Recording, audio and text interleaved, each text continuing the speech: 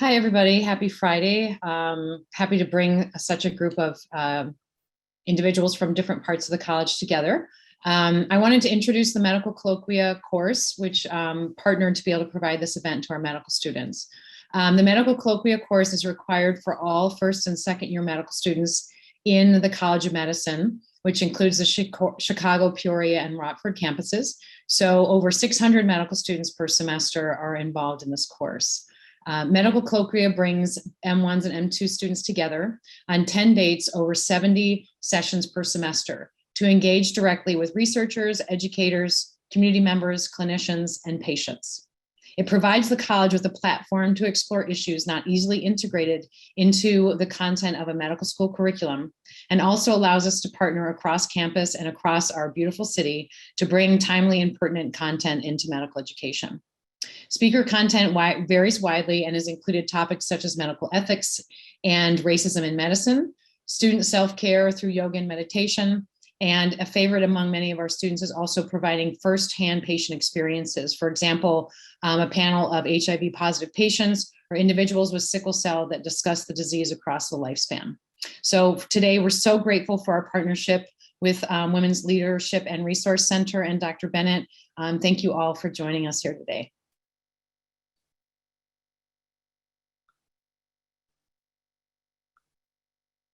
And now I'll turn it over to Natalie. Hello, everyone. Greetings, welcome. And if I may say, and I hope that you agree, this is an excellent way to spend a Friday afternoon. So since 2019, UIC's Women's Leadership and Resource Center has collaborated with the College of Medicine to make visible the critical work being done by Black women scholars and practitioners that can shape how we, which includes medical students, understand the intersections of racism and sexism in science and medicine. And so I'm extremely grateful to the collaboration with Dr. Michael and the Department of Medical Education.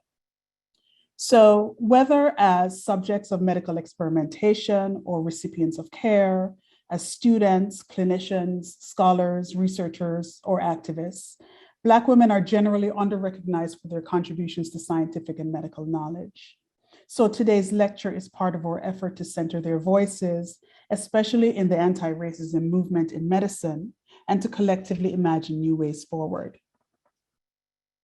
Before I formally introduce Dr. Grubbs, who you all came to hear, not me, I need to thank the units and people who made today's event possible. The Urban Health Program, and especially Selena Smith, the Office of the Vice Chancellor for Health Affairs, and especially Margaret Moser, UIC's African American Cultural Center, in the College of Medicine, the Department of Medical Education, and especially Kim Densmore, the Department of Medicine and the Division of Nephrology. And here I want to acknowledge Dr. Patricia Finn and Dr. James Lash, who agreed to co-host this lecture with the support of the Richard Weber Lecture Fund. And that fund is named after Richard Weber, who's an alum of the College of Medicine, class of 1976, who generously donated to the Department of Medicine to support lectures that enhance the training and experience of faculty, staff, fellows, and trainees. Thank you to all of you. Now, I'm extremely pleased, thrilled is probably the word I should use, to be introducing today's speaker, Dr. Vanessa Grubbs, someone whose activist work and humanistic approach to inequalities in science and medicine caught my attention early on. I first learned of Dr. Grubbs through Twitter, actually, in that unique space created by Black scientists, medical practitioners, and scholars discussing critical questions and bringing all manner of evidence about how the past shapes the present of Black life and Black death. Dr. Vanessa Grubbs' voice is distinctive in that space, but not only there, as her public and academic writings show. She never strays from renaming the problem, which is racism, as it manifests at the institutional levels and becomes shrouded by diversity talk, all the while shaping everyday interactions within clinical spaces. She is fearless in reminding those listening of the limits of the quote unquote, let's study the disparities approach, and telling us that knowing is not sufficient in moving us closer to equity and justice or prolonging Black life. Knowing is not enough. She calls all of us to act and to make choices as if it matters that some people's lives are less valued than others. Dr. Grubbs describes herself as a Black girl from rural North Carolina who grows up to be the first doctor in her family, then kidney donor, then nephrologist, then writer. I'll unpack that description just a little bit. Dr. Grubbs attended Duke University Medical School and completed her residency and Nephrology Fellowship at the University of California, San Francisco. She also has a master's in public health from the University of California at Berkeley. While Dr. Grubbs has left academic medicine, she maintains a clinical practice and research program at Zuckerberg San Francisco General Hospital. Her research focuses on palliative care for patients with end-stage kidney disease and has led to her being recognized as a leader in palliative care by the Robert Wood Johnson Foundation, Cambia Health Foundation, the California Healthcare Foundation, among others. Dr. Grubbs is also a writer and a storyteller. Her first book, Hundreds of Interlaced Fingers, A Kidney Doctor's Search for the Perfect Match, was published in 1917. She's at work now on new book projects about racism in medicine. After Dr. Grubbs' lecture, a panel of postdoctoral fellows and health science students will pose questions, and with time available, we'll draw more questions from the audience through the chat. For now, let us welcome Dr. Grubbs. Thank you so much for that kind introduction. I'm so excited to be invited here to address all of you and share some of my experiences and insights, as well as hopefully provide some information, knowledge that will help you all as you go forward in your work. So let me share my screen.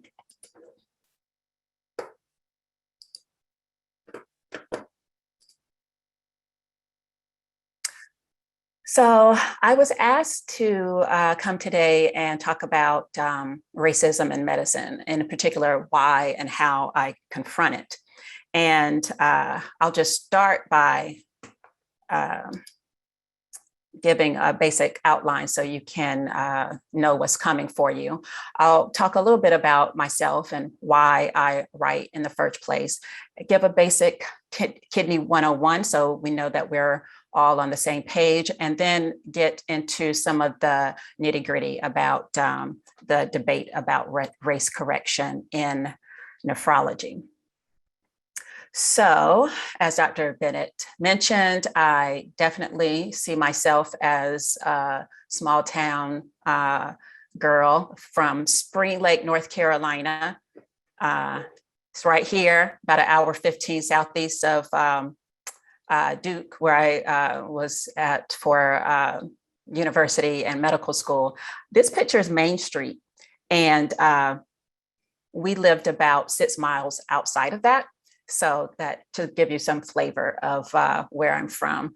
And at that time, it was about 6,000 people when I was growing up, and now it's according to Wikipedia, it's about 12,000. And I was like stunned, shocked, and amazed that I'm actually a notable people from Spring Lake, North Carolina. I think it's kind of cute. But this is a picture, of course, of my larger family. This little person, my nephew, is 30 years old now. So that gives you a sense of how long ago. And my parents here, blue collar folks, raising 6 kids. I'm the baby right here.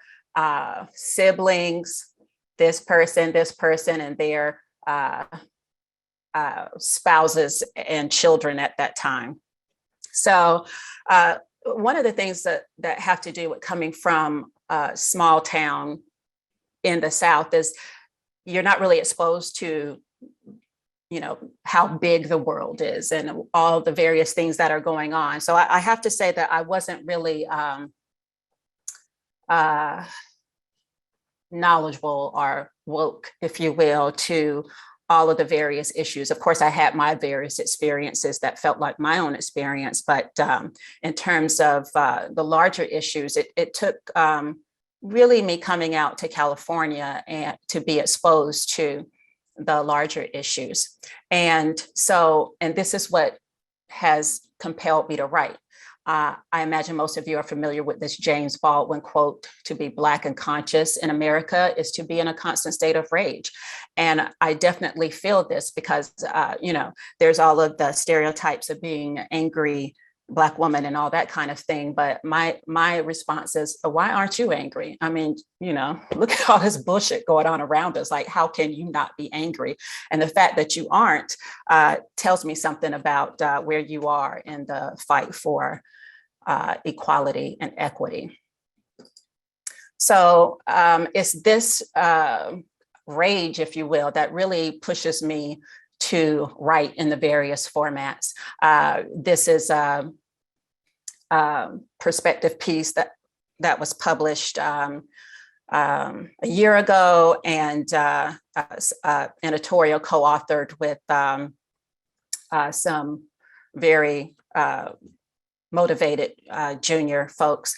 And so this is my writing in the academic world. And of course, in my past as an academic researcher, I have lots and lots, dozens of various publications in medical journals. And I have to say, it's these type of pieces that I feel give me the most joy, the things I'm most proud of, and the things that I think have the most power. Not to knock anybody's research, but this is my feeling about it. And at the same time, I do still think research is important. And one of my primary things now is I've written several articles for the California Healthcare Foundation blog. This is a freelance opportunity that I kind of jokingly say that I'm like the Black people shit whisperer, because I'm the only one that they have to really talk about these issues that are especially relevant to Black people. And I have to say, I've kind of, like a lot of us, I struggle with this notion of kind of being pigeonholed into just talking about things regarding race, because I feel like, I do know something else. I can talk about other things. And at the same time, I feel like that's part of, what white supremacy teaches us, to be almost embarrassed to just focus on us, to center us. So I no longer feel that way. If anything, I feel like it is an extreme honor for me to be in a position to authentically lift up voices and issues that affect particularly Black people, Black and brown people, just any marginalized population. So I have to say that this is what really kind of pushed me into being aware. So this is Robert Phillips, and this picture was taken when he was on dialysis for about 2.5 years at that point. And this was part of a video to be used to help different groups understand about how culture affects medicine and how it operates in the clinical world. And there was a series of 4 videos, and he was the person featured in one of those. And one of the things he said was this quote, that most of the white patients here at the dialysis unit either have had transplants or are going to have transplants. Most of the African-American men here aren't. They're kind of in it for the long haul. And he felt this was anecdotal, just based on his experience. But of course, there is the literature that backs it up. And I guess about 2-3 years after he made this video, I met him. We started dating. I gave him a kidney, and then I married him. So I didn't learn until recently that he wanted to make sure that I actually went through with the surgery before he gave me an engagement ring. So I don't know how I feel about that. I understand, but still. So that, as you can see, was 16 years ago. We recently celebrated our 16th transplant anniversary, followed by our wedding anniversary. And I was a primary care physician at the time. I was on faculty at Alameda County Medical Center, Highland Hospital here in Oakland, where I live. And even though I was a primary care doctor, I have to say I really had no idea about what the transplant system was like, what people were going through. And as you all will come to experience, once you get on the hospital side of things, it's really a lot of people having horrible struggles with not being able to go to particular dialysis units because getting kicked out for what is assumed to be unacceptable behavior, or having problems with their access to the ways to connect them to the dialysis machine. And so really, as a resident physician, I was primarily concerned with the numbers and getting the work done and getting some sleep, right? And sadly, I think that is a problematic part, I'll just put that word on it, of medical education, where it almost kind of like saps the humanity out of you if you allow it to. And it was through my involvement with Robert that really gave me an inside view of what life is like for a person who is on dialysis, as well as a really up close look at what the kidney transplant system was like. And particularly disturbing when it comes to who has access to kidney transplants by race. So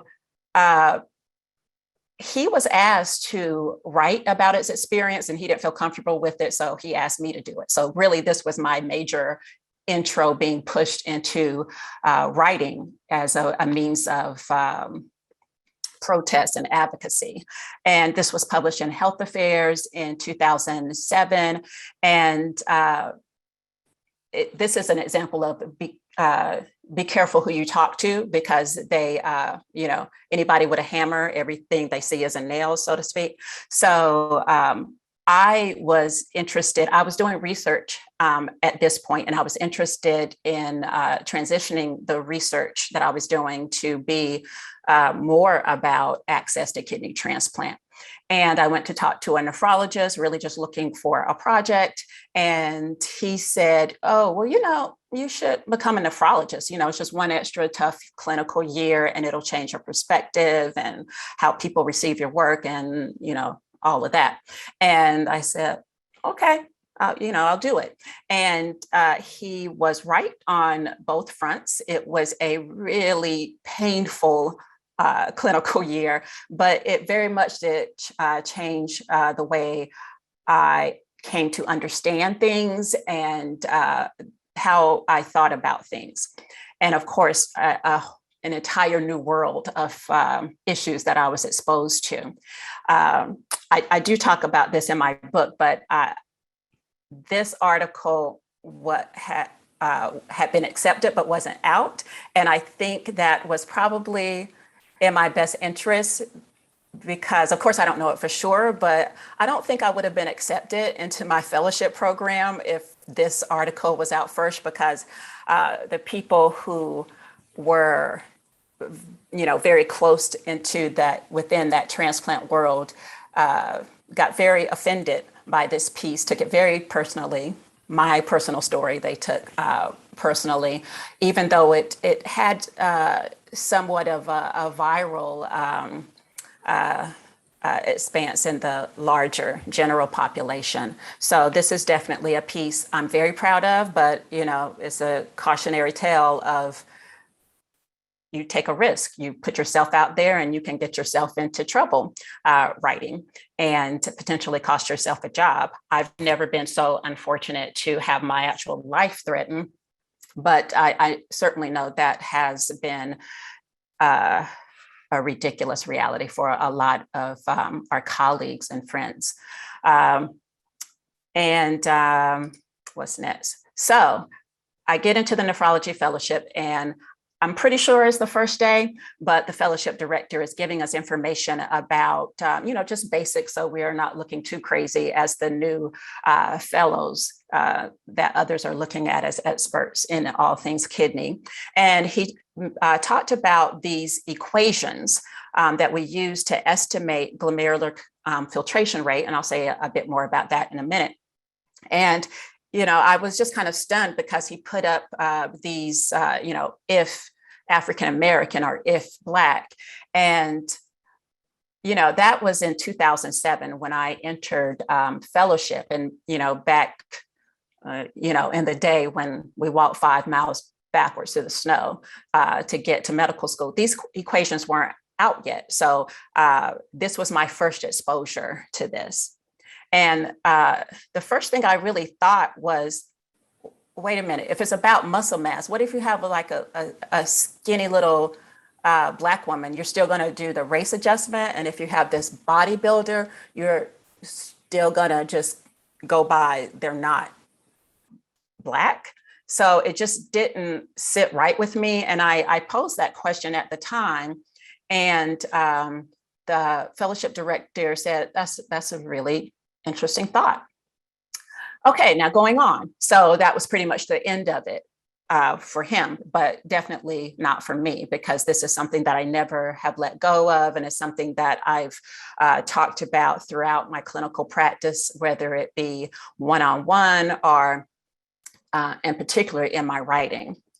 So a little bit more background just to make sure we're all understanding what glomerular filtration rate is, or GFR. So basically it's how fast the kidneys are filtering the blood, all of our blood in our bodies in milliliters a minute, all day, every day. And there's the gold standard would be something, this is a nephron, the basic, the filtering unit.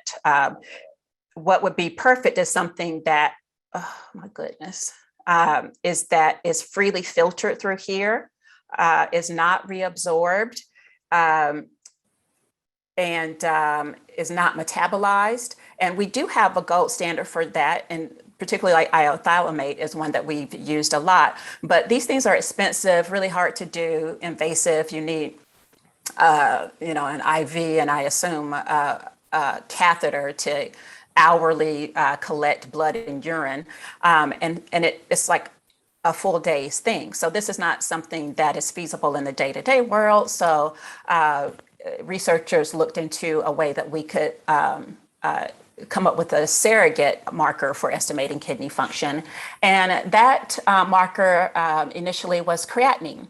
And it's something that is produced from muscle and protein metabolism, and pretty much a constant rate every day, which makes it a good surrogate marker. But, it's not perfect. It's secreted by the tubules, and this becomes even more significant as a person approaches end-stage kidney disease. And this is to give you a bit more understanding of what these numbers mean. So GFR, this is something that I've personally used in clinical practices from the NIDDK. You can get it for free. We call above normal, above 60 normal. And this is where I've had kind of my pet peeve within nephrology, because we talk to patients about your percent kidney function, because one, people don't really understand percent, like they can't see it in their mind's eye. So it's like meaningless for them. And two, because, the kidney function, the GFR can be as high as 120. So I just like to explain to people, this is how fast your blood is being filtered. At a GFR of 60, once you fall below this point, you are considered to have chronic kidney disease and no longer eligible to donate a kidney. At 30 is an important point, because that's when people are supposed to be referred to nephrology for specialty care. And this is a threshold at which some medications are no longer considered safe. At a GFR of 20 is when people are eligible to get on the wait list for kidney transplant. And somewhere in this range, around 5 to 8, depending on how big the person is when people clinically need to start dialysis. Nationally, the number is 10.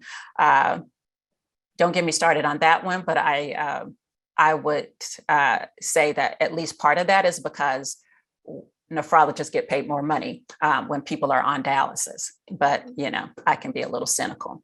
But so, and to give these numbers more context, this can be years. This can be many, many years. And even between 20 and 15, when you're thought of as having kidney failure, end-stage kidney disease, that can be years. So much so that I've had some patients that if they get on this wait list at this point, they can get a deceased donor kidney before they ever spend time on dialysis. And that is the goal. And unfortunately, that is something that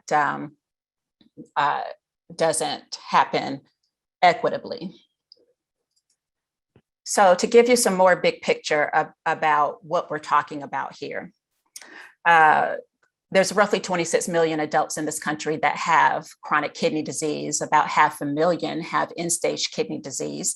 And this includes people who, if you add people who are currently living with a transplant, it's closer to like 600,000.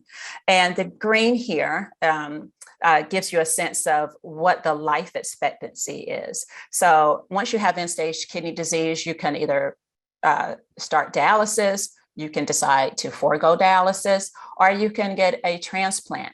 And what I'm showing you here is the expected time remaining, life remaining in years for the average 64-year-old. Now, in the general population, at least as of 2017, that was 21 years. You could expect to live another 21 years. Of course, if you decide to forego dialysis, that can be anywhere from weeks to a few months, depending on the individual and their diet and so forth. Someone on dialysis is only 6 years. But if you are fortunate enough to get a transplant, it can be close to people who don't have a problem, at least a serious problem with kidney disease. I make that caveat because when you think about the general US population, I don't think we're that healthy overall. So these numbers matter, and 13 people are dying every day, people with end-stage kidney disease waiting for a transplant. So this is no trivial matter. As I went on into completed my training and stayed on at the faculty at the San Francisco General Hospital, I came across this patient who definitely exemplify these points that I'm making. I show this picture of Denzel Washington in the movie The Book of Eli because this patient looked like exactly like Washington in this movie, kind of minus the shotgun and the sunglasses, of course, even had the same mannerisms and things. And this might be beyond a lot of the generation that I'm addressing today, but oh my goodness, the way women and a lot of men would lose their minds every time Denzel Washington got anywhere. It was, yeah, it can be almost embarrassing, but I swear to you, I did not crush on Denzel Washington like that, nor my patient. That would be nasty. But anyway, so when I met Book of Eli, and that's how I call him in the book, he was a very muscular guy, and he had a kidney problem that was found due to what we thought was, we didn't know the cause of it, but as his kidney function worsened, and as people tend to do, he lost quite a bit of muscle mass. And once he got to the point of having a GFR of 25 for if Black, I didn't really believe it. I felt like his GFR had to have been closer to the non-race adjusted. If you're considering the assumptions that there is no, that is really about muscle mass, the race correction. So at that time, I didn't have access to a cystatin C, which is something I advocate for now. So I explained this all to him in order to encourage him to actually go through with collecting his urine for 24 hours and then get a blood test so I could get a better assessment of his kidney function.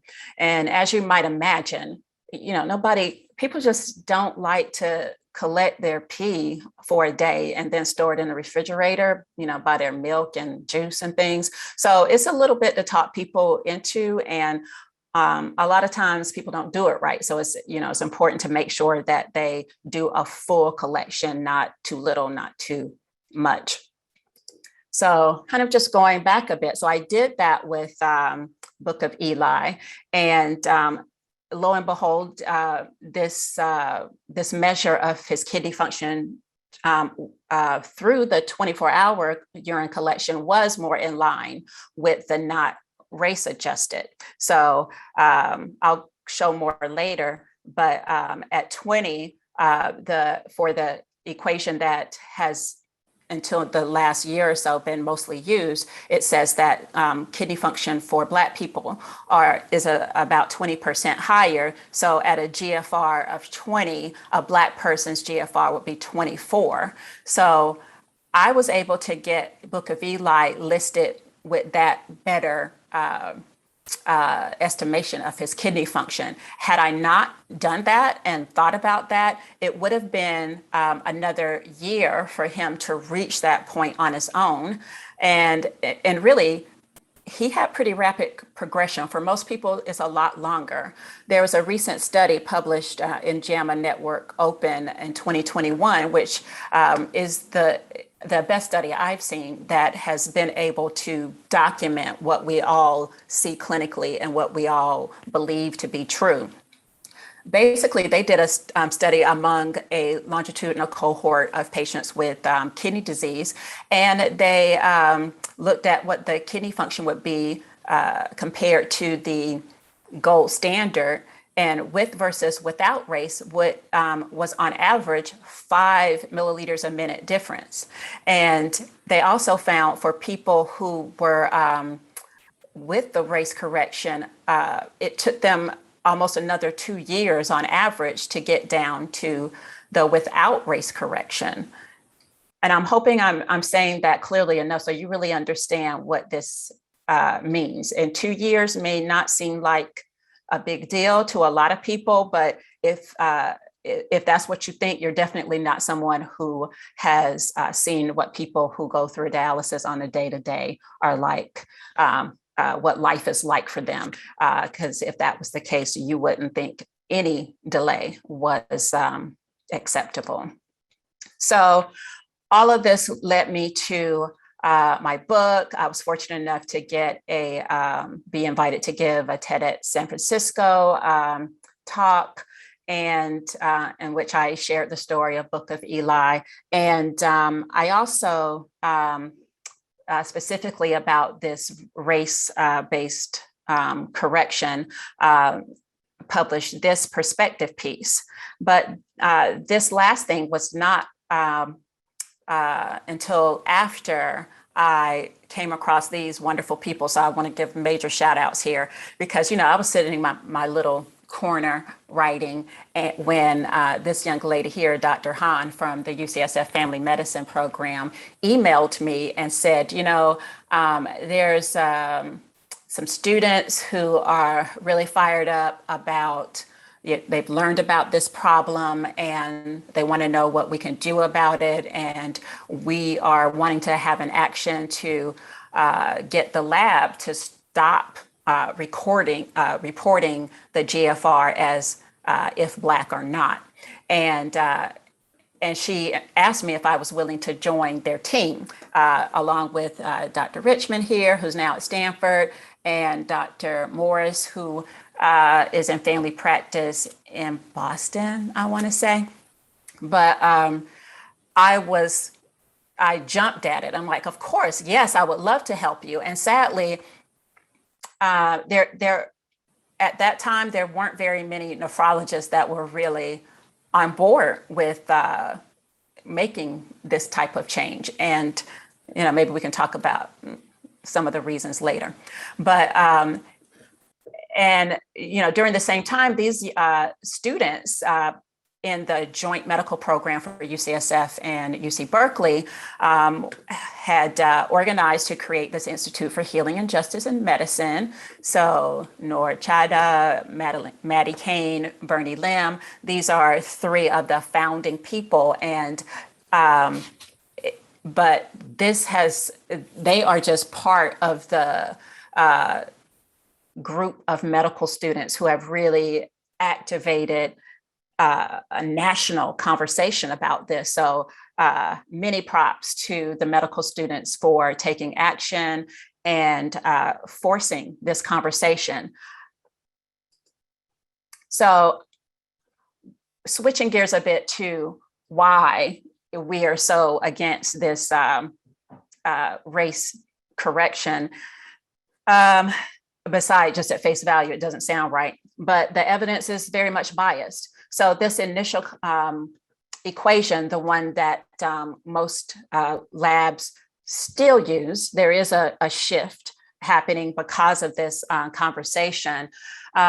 This set the stage, and it was published in 1999.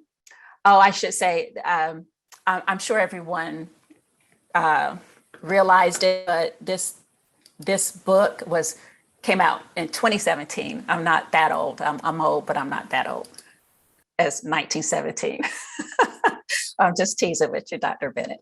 Anyway, so this was a study that only had like 200 Black people in it, and yet it's been used to extrapolate to all of Black people. They put into their statistical model several biological variables and then self-reported Black race. And they kept everything that had a very robust statistical significance. So you can't argue that. However, they offered no reason for why kidney function would be different in Black people and only Black people. And that's a no-no in solid research, I'll say. But post hoc, after they came up having a significant p-value, they offered this, that on average, Black persons have higher muscle mass than white persons. And they supported this statement with these three little sad studies that I won't go into. I just put them here to show you how old they were and how small they were and how very little, if anything, they have to do with muscle mass, and certainly not enough to be applied to the general population. But that's what happened. And, it took more digging to find out that another thing in research is that if you're going to use something as a variable, you're basically saying that holding with all other characteristics being about the same, that this is the only difference between these two groups, race, Black or white. However, what they did not share, and this is a study published a couple years before with just a sampling of that cohort, but it's no reason to think that the larger cohort will be any different. What we see is that there's a lot more high blood pressure, a lot more poverty, a lot more diabetes, all things that in the Black participants versus the white participants, all things that we know are directly associated with kidney impairment that they did not consider or offer as an explanation. It was just assumed that it was inherently something about Black people. And then they just kind of doubled down on it when we got our upgraded equation, the CKD-EPI equation, which was considered to be more precise.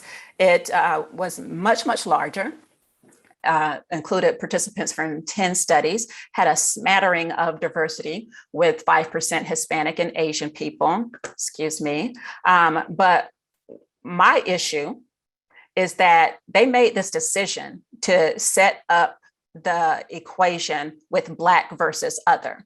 So that basically reifies the othering of Black people. You've said Black people and only Black people are different from everyone else. And again, they got another significant p-value. So this time the correction dropped from 21% to 16% higher estimated kidney function. And basically what that means is that in order to best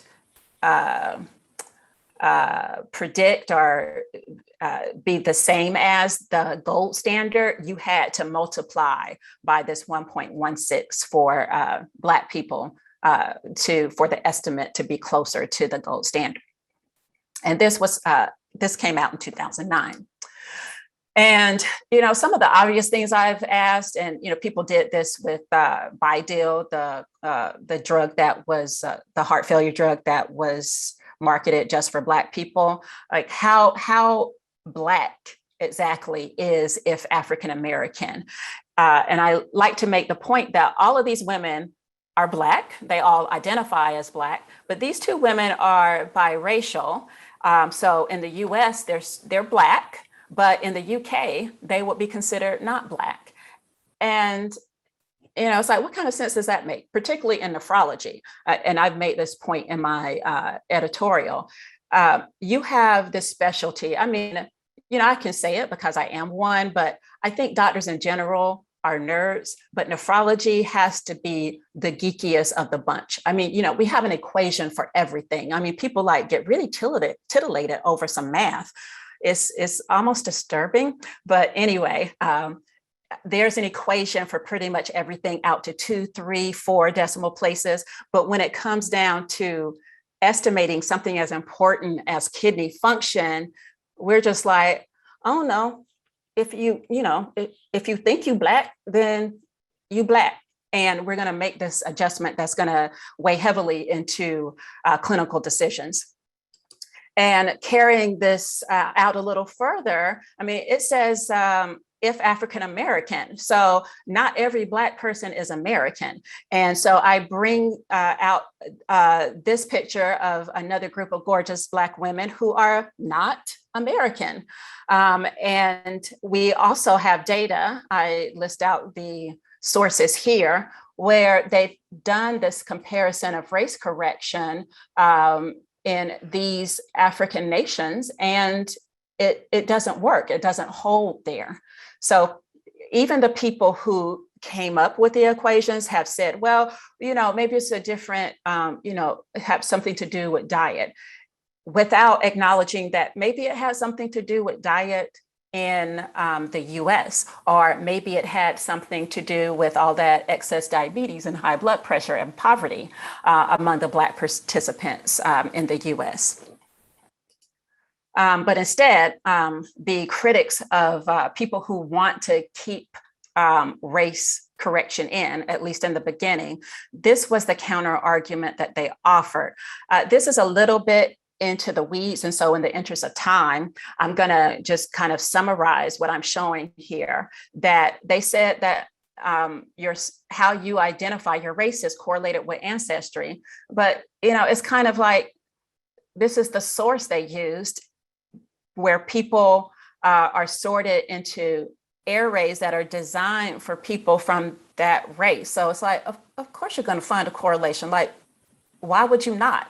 So, and then the other one says that African ancestry correlates with higher levels of serum creatinine, which is also a very, very weak argument, in part because this is not, the unadjusted in this study that they cite is not clinically significant. And it's a little fishy that when you adjust for all these other variables, that everybody, the European American group moves, but not the African American. And again, this difference is even smaller than our the race correction, the 1.21.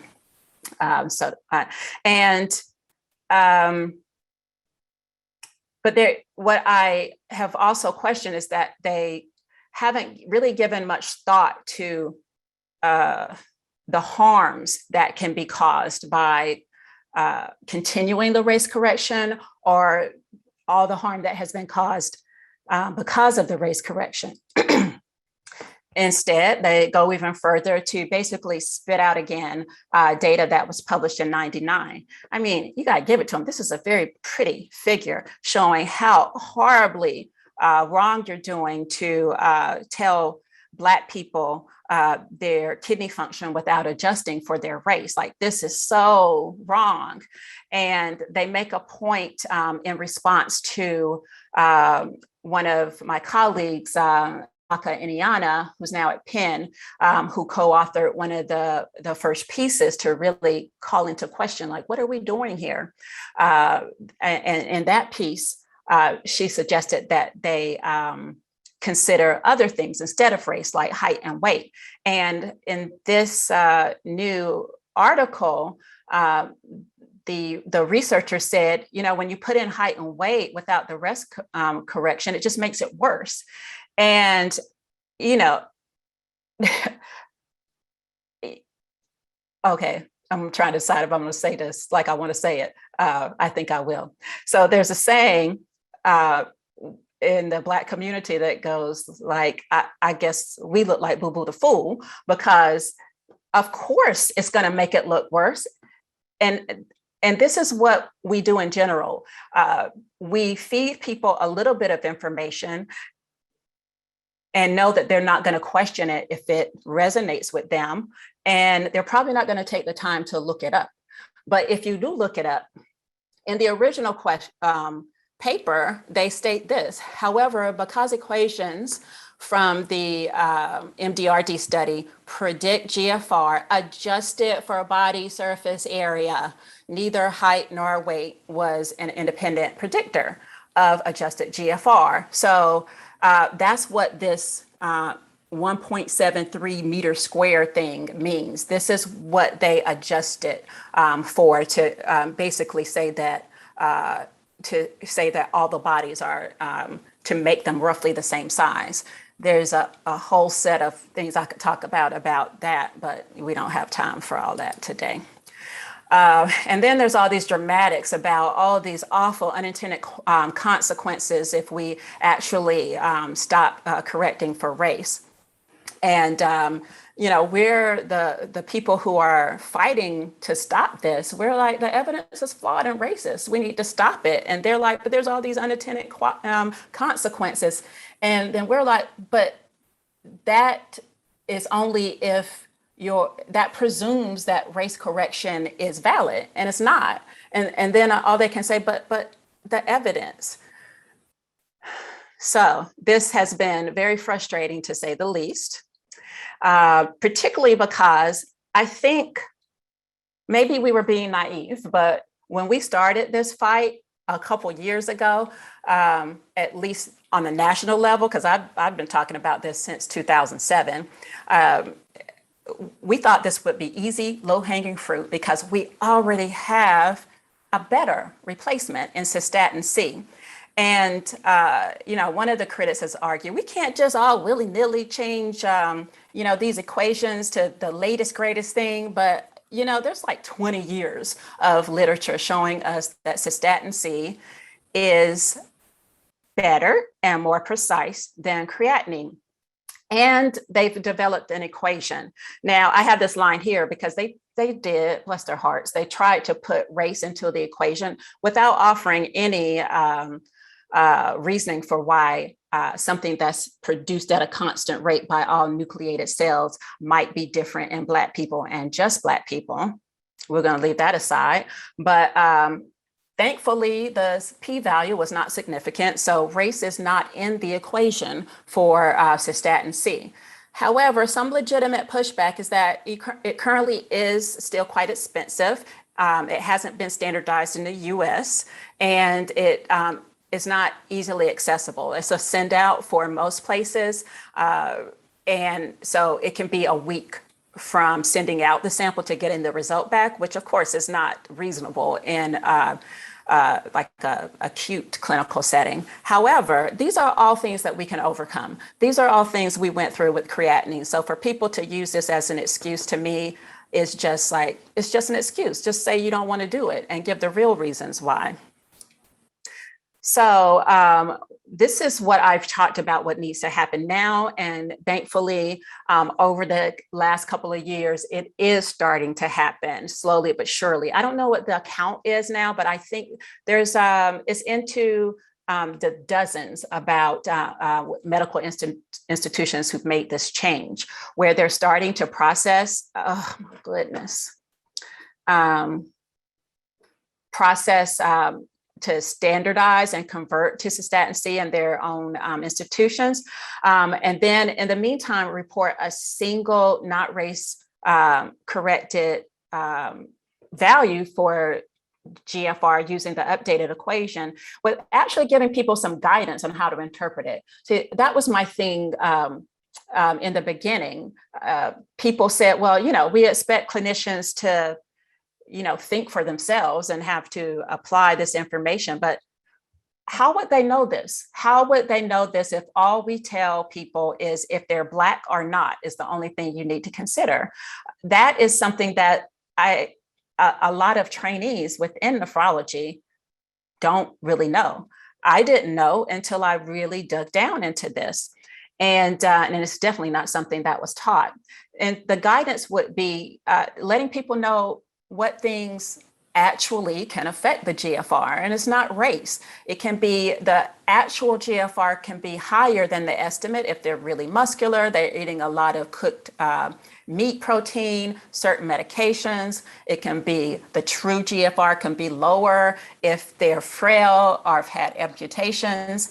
And this is really what gets me. We try to convince ourselves that by correcting for race, we are making things more precise. But something that we don't talk about is that at best, there's only a 90% chance that the estimate we come up with is close to the actual GFR. It can be plus or minus 30, the real percent, the real GFR. So, and while we're working on standardizing cystatin C and making it something faster we can do, then we can certainly order cystatin C if it's we actually need it to make clinical decisions, particularly around referral to nephrology and kidney transplant evaluation or certain medications. So the main reason why I think this hasn't happened is because related to this quote from Dorothy Roberts' book, Fatal Invention, where basically she says, biologically, there is one human race. And race is an invention, a political division. And social sciences in general agree that there is no biological basis for our racial divisions.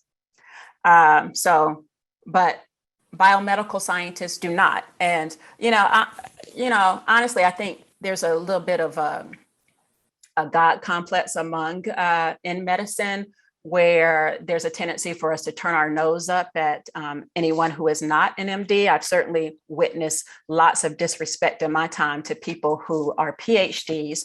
And so it's like it doesn't matter what they say. We are the doctors, and we know, we believe rather, that there is some meaningful biology behind race. But you know who else rejects the social sciences? White supremacists. So, and this is what I really want to come down to. And it's like, is this what we really are trying to do? Because this is really what it is. And it's all about a belief system. There's no evidence. So we have this ideology of white supremacy. And I need people to understand that this is not limited to white supremacist hate groups. And you don't have to have an evil intent for it to be racist. And contrary to popular belief, some people use the fact that some Black people are in support of maintaining the race correction means that it must be okay. Black folks and folks of color in general are not exempt from really feeding into the ideology of white supremacy. Back then, like in slavery, this belief system was used to justify slavery. This physician was very well respected when this was published in 1851. And this is a quote from his work that Black people are, it's not just limited to the skin, that the Negro is different, down to the core, and even cites kidneys. So it's like these pronouncements are something that we have pretty much run with without, just based upon what we believe. And more recently, this is what we use to try to say is the cause of race disparities. This study led by Rhea Boyd, a pediatrician in the Bay Area, in the Health Affairs blog last year, they looked at how many publications there were that had this repeated assertions that there were unmeasured genetic or biological factors that were likely behind the race disparities. And it was only until mostly after the murder of George Floyd that people would even mention race or structural or institutional racism in their papers, or at least that's all that was allowed to be published. And this is a slide that I borrowed from a colleague to really show the history behind it. And, it's like it leads back to slavery. So you have where people had this race science, and these are the fathers of race science. They get into eugenics and coming up with all of these measurements that are supposed to prove that Black people are different inherently. And as we get into the 50s and 70s, it starts to get into our, it's pervasive throughout everything we do. And one thing I want to point out is that this is one of the papers that I showed you earlier, one of the sad little studies that they use to support their statement that Black people have higher muscle mass.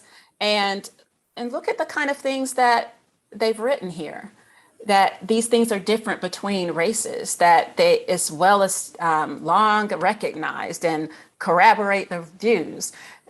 This is not valid science. This is white supremacy dressed up as if it is real science.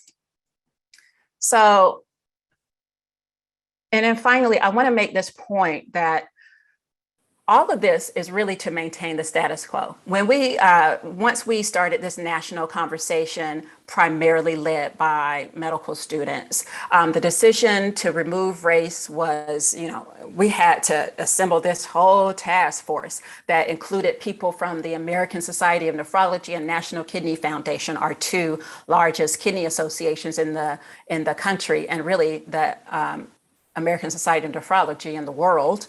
That was formed July 2020.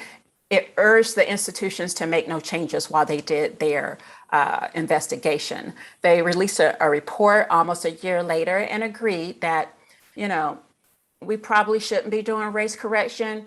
It should be replaced, but we need to do more study.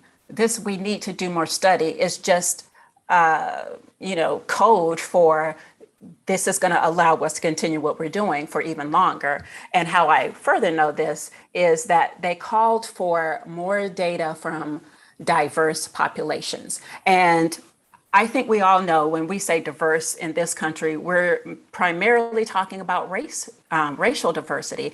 And that's really just the same old race rabbit hole. It's like, why can't we get out of this obsessive mindset of trying decade after decade to prove that Black people are inherently different than every other human being on the planet, instead of just accepting, our policies, we've done a lot of things to create these disparities, and why don't we work on fixing that?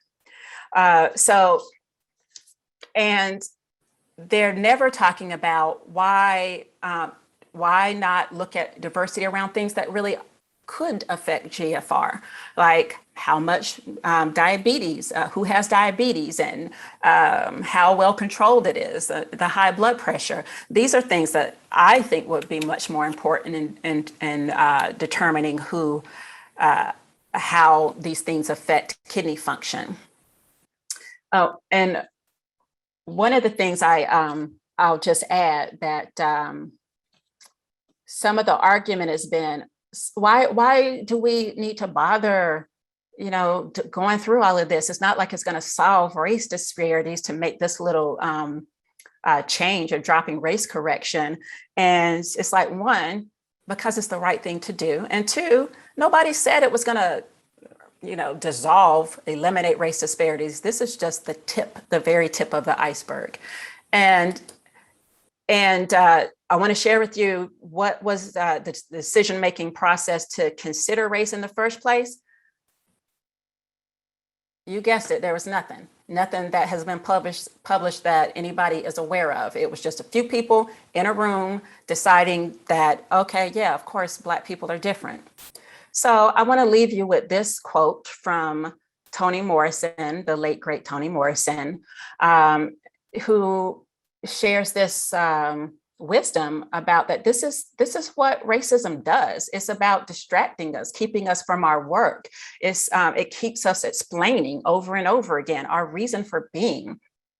That, they say, oh, well, our heads aren't shaped right. So we have all these people trying to prove that our heads are shaped right. And none of it is necessary, because there's always going to be one more thing. There's always going to be some more data, some more studies that people insist upon to change their minds. And it's never going to change their minds, because at the end of the day, people need to let go of this fixed delusion of white supremacy, because it's a lie.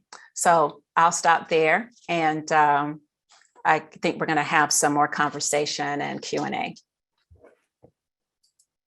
Thank you all for your attention and time. Thank you very, very much. I think you gave us a whole lot to think about and talk about. We don't have enough time today, but hopefully we can continue this conversation another time. I've asked a few students to kind of engage with you and thinking about your writings as well as your lecture. So I'm not sure who's going to go first when they're ready.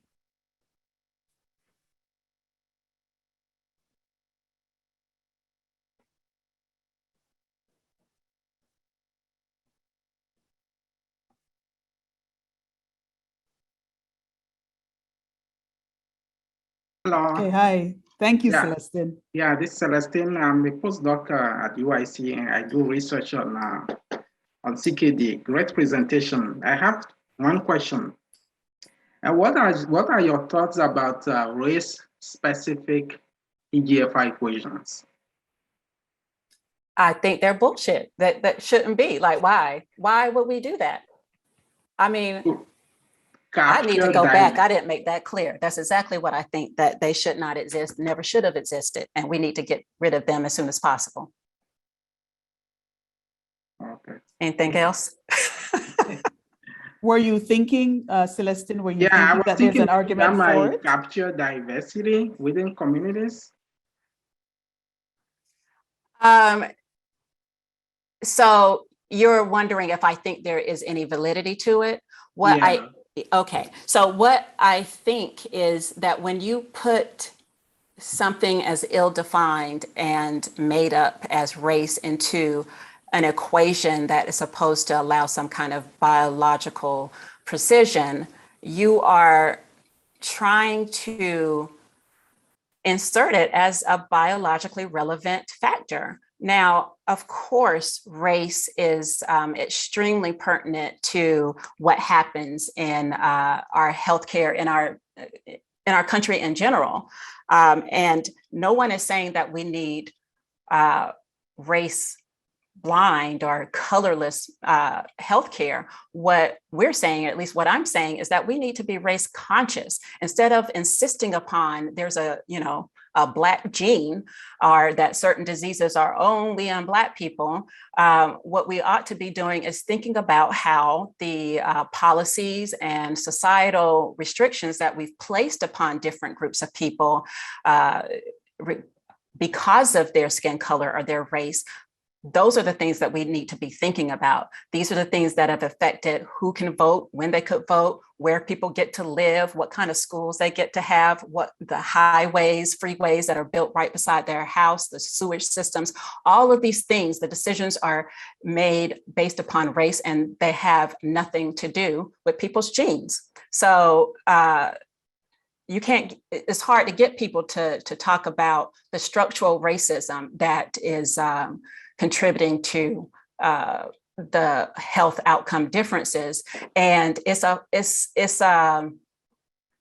lie in and of itself to suggest that somehow race can capture all of the issues of structural racism, because again, that assumes that we are a complete monolith. We are not. Not everybody lives in the same environment. Not everybody internalizes racism the same. Not everybody has the same experiences. So for us in the science world to try to say that Black race somehow measures structural racism is just more of the problem, because it tries to say that we are one thing and then there's no individuality, whereas that's all everybody else gets to be looked at as an individual person. So that's what I think about it. Thank you so much. Hi, You're Dr. Grubbs. welcome. I'm Tiara. I'm an M2 here at UICOM. Mm-hmm. I wanted to know, how do you think doctors can best address those disparities in their practice, or those structural factors? Well, you're talking about practicing clinicians or people at like your level? Both. I'll talk to both. So I think practicing people need to question every bit of this stuff. We are too willing to accept what is put before us if it jives with what we already believe. Nobody questioned that there needs to be a race correction, because this country is so entrenched in believing that Black people are inherently different that nobody questioned it. Nobody looked into the details of the studies and pointed out how, jacked up they are. And for 20 years, no one really said anything, because, people just accepted at face value. And I know these things have been, they're repeated day to day on, medical wards and just in practices in general, but they're rarely said in front of patients. So patients generally don't know how race is being factored into their clinical decisions that their providers are making. But what we've led them to believe is that there is something really important about their race that might help their doctor figure these things out. So we have to stop lying to ourselves, and we definitely have to stop lying to patients. And what I think for students in particular, because I know you're in this very vulnerable, powerless position, in the sense that, I worry about you all who are, justice fighters and all of that, in terms of derailing your own careers, because I've known lots of people who have tried to speak up, and then this whole cascade of events happen that get them into trouble and kind of make problems. So my advice to medical students is to just ask questions, because then that forces attendings, faculty to think about it and give you an answer. I mean, I think that's the power of medical students. Like you all are paying to be there. At the very least, nobody's paying you to be there. So you are there to be educated. So if things don't make sense to you, because, a lot of people are spouting off this nonsense, and they say, well, Black people this, or Asians that, and you say, well, why is that so? Can you, what is the evidence for that? I mean, you can get all bright-eyed and innocent as you can muster up, but it definitely forces people to answer the question. And I think that is a safe way for you all to engage. And maybe it won't change that faculty person's mind, but at least you're able to say something that might be there to enlighten your peers a little bit and make people start questioning things. Because otherwise, if no one says anything, then people are more likely to believe that it's true, that there's something to it, because look at this, high up person, they've said it with such authority that it must be true. And, there's a question posed by a student. I think they're trying to work through the kind of difference between the kind of critique that you're leveling about the ways that biological race gets used and normalized in medical education and what they're literally being taught in classes right now. Mm-hmm. And so there's a question about, really the core of the question is there ever a moment when when race should be used as a way to assess differences between population? Is there ever a moment when that's okay? So I think race is very important for the social history, and not just stop there, because again, we're not all the same. I'm just looking at, just us on my screen. I imagine we all have very, very different experiences. And so you can't suggest that something that we can measure in our blood is the same for all of us because we're Black. That doesn't even make sense. But I do think it's important when you think about things like how is that person going to feel safest in the healthcare system? What are the particular issues that this person is facing, really through no fault of their own, like in terms of how the educational system is run, where they live.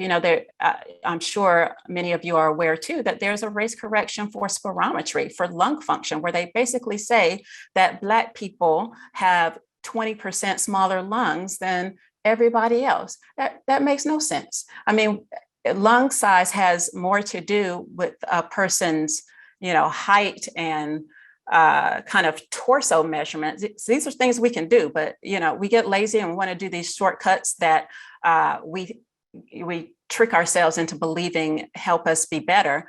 But I just don't think people would do that if it was somebody that they cared about, somebody that they loved that might be harmed by this, rather than someone actually, just doing a basic measurement instead of making a lot of assumptions based on someone's race.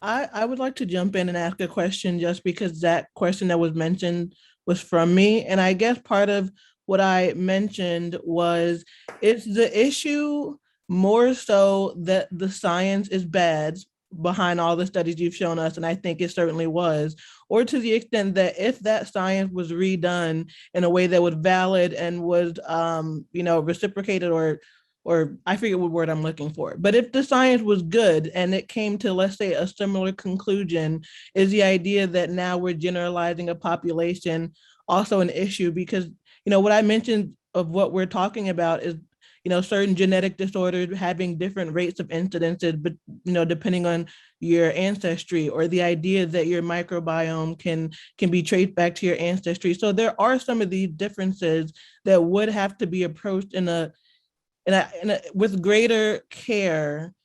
And does that make sense at all? No, I completely understand what you're asking. And what I will say is,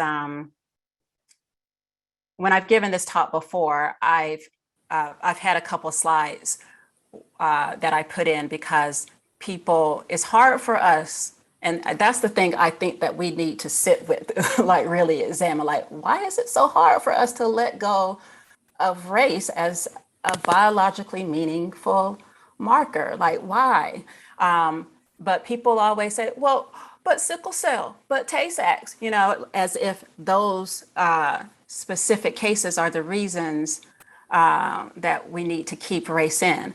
And I show a map that I'm not going to remember all the numbers now, but sickle cell is not a Black people disease.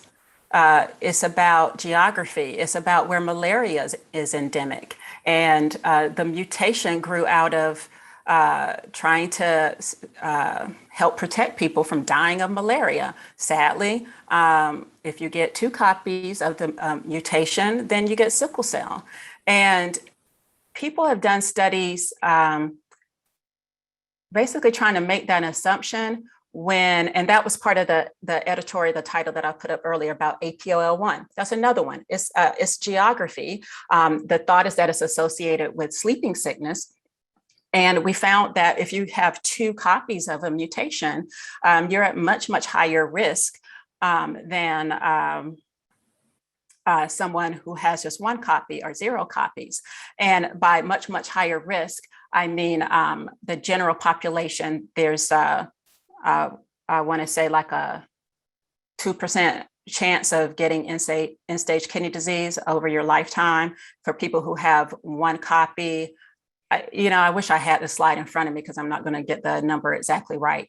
But maybe it's like 1 point something percent of the general population, like 2% if you have 1 copy, and 4% if you have 2 copies. So it's not like, oh, you have these markers, you're definitely going to get end-stage kidney disease. Not that a 4% risk over a lifetime is insignificant, but it's not everybody. And even though APOL1 is geographically been limited to sub-Saharan Africa, even in the US, there's, I think, roughly maybe half of African Americans have 1 copy, and about 13% have 2 copies. So why would you generalize something to a group, particularly when it's something that we can measure? There's a study that I see that I should have included it in this talk, that it was in a kidney transplant study where they were using race to basically determine if a deceased donor kidney was viable or not. If it came from a Black person, they assumed that it was at much higher risk of not working well for a long time. So they were just throwing away these kidneys. But when they actually measured APOL1, which can be done in roughly 4 hours, according to this researcher, which is about the same amount of time we take to check for HIV and hepatitis C, they found that they were miscategorizing some 70% of the kidneys, all because they were making this gross assumption based on race that is, I mean, it's just ridiculous. Unless somebody has a valid, I can't even think of a valid reason to include race in a study where you're trying to, assess something biological. And when I talk more about the sickle cell, it's not just Black people. Again, it's where malaria has been endemic. And maybe I want to say the sickle cell trait and disease in the US is only about 1/3 of the sickle cell trait in the world. So there is a lot outside of Black people. So I want to make this point too. We are so fixated on race as if it only has negative or positive consequences for Black people, but this affects us all. None of us are untouched by this. So think about it. You have someone from Mexico that comes in horrible pain, and because you can only think of sickle cell for Black people, sickle cell is not even in your differential. And so that person is harmed by your bias. And the same thing within nephrology. People talk about, oh my goodness, because we adjust for race, so many more Black people are getting specific medications for diabetes. But it's like, okay, what if it really isn't safe for them? And think about the people that you are denying these really effective medications because you can't think of anything but race. You can't think about what kind of diet they have. You can't think about if they're missing a leg or two, or you can't think about if they are a bodybuilder or what other medications they're from. Race is so limiting to us because we are obsessed with the notion that it's biological, and it's not. It's some shit we made up. I mean, really, at the end of the day, it's some shit we made up. So I guess short answer to your question is no. I don't think any of these studies can be done to just boil things down to race and say that it's valid and it has the same, it'll have the same result. You're not going to get me to believe that one. So. Hey, Jasmine, you have a question? You're muted. Sorry. Okay, so I'm a nursing student, and my question was, what are ways that nurses can combat racism in healthcare? I know that can be broad, but it's like a really good question that I've been wanting to ask. Yeah, you know, I think it's kind of similar to what I would say to medical students, because we all know that we have this tremendous hierarchy in medicine where doctors are placed on this ridiculous pedestal, particularly if you're white and male and able-bodied and cisgender, right? And we all know this. And I guess if you don't know, you should read some books or ask somebody. But when we're in these vulnerable positions, particularly if you're not from a mainstream, non-marginalized population, you are definitely putting yourself at risk. I myself have gotten in trouble for being outspoken and, you know, basically calling out the reality of things, because people will, I feel like you could talk about how ugly their mama is before you can suggest that they might be biased about something. Like, people want to fight you over suggesting that there is an implicit bias, even though we say we all have implicit bias. You pointed out, they're like mad, and all they can do is deny it. So people will retaliate based upon that, and they'll come up with a reason to say it's not because of the fact that you embarrassed them by pointing out some racist nonsense that they said. So what I would say again is to ask questions. If someone is making suggestions based upon, you know, what this person probably is or probably that, and you overhear that and you know differently, and you know that they're just stereotyping, you can maybe just insert, like, you know, I've been spending time with this patient and this is actually their situation, or that is their situation. I think we might consider this. And I'm not gonna, you know, try to kid like everybody is gonna be able to hear you. But if you're anything like me, you kind of have to say it. Anytime I've not spoken up, I've felt badly about it. And it's hard. I get it. And it's a risk. But it's also like never too late to speak up and say something. So,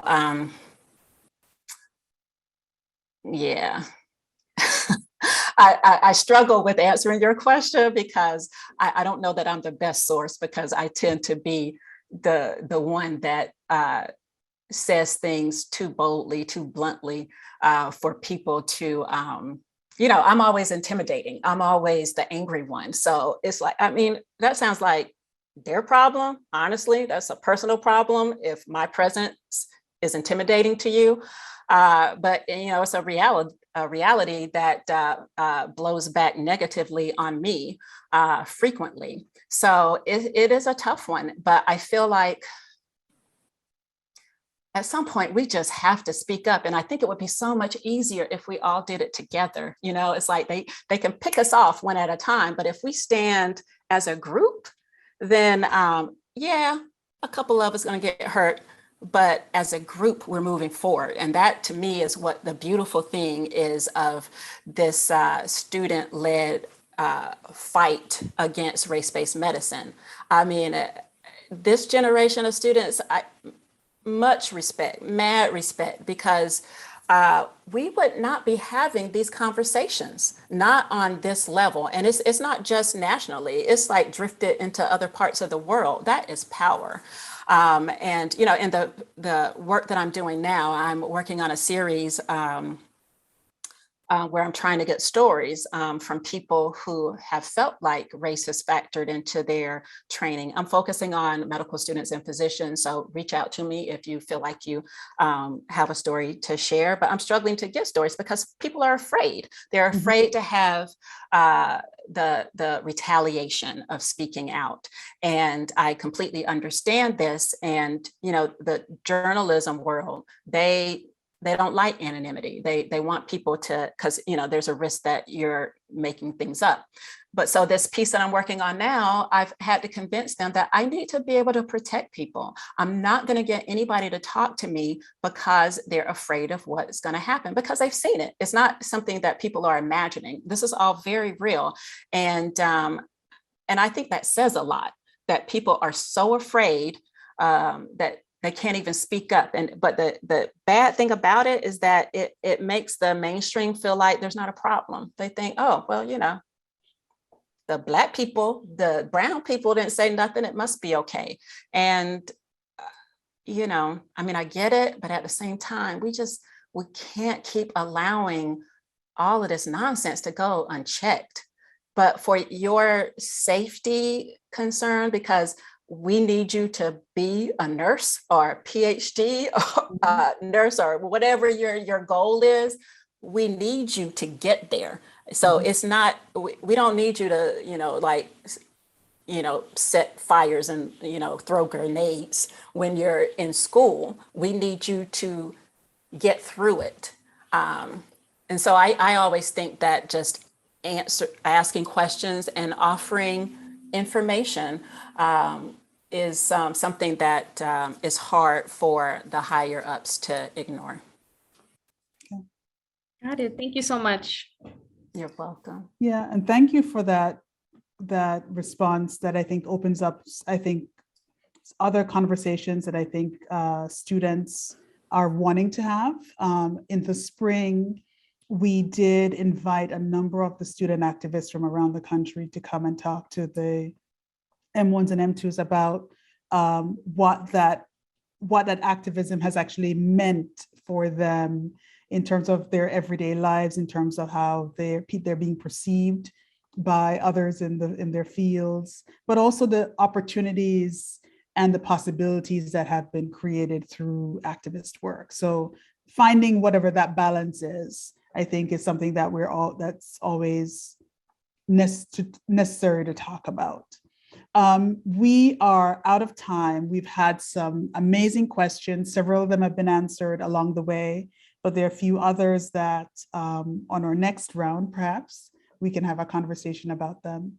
I want to thank you, Dr. Grubbs, for a really amazing talk and conversation and stimulation, I think, about how to move this anti-racist project. If we're really committed to it, how do we move it along? How do we make change? I did have an open question about whether UIC was one of the institutions that was now considering using cystatin C. So I think Dr. Lash can answer that question here or some other time. But yes, we have a lot of work to do, and I feel like we are in good hands so far. Let's thank Dr. Grubbs. Thanks to all the student presenters. Thanks to all of you who showed up today. And we look forward to seeing you at our next event, whenever that is. Thank you. Thank you so much, everyone. I really appreciate your time and attention. Yeah.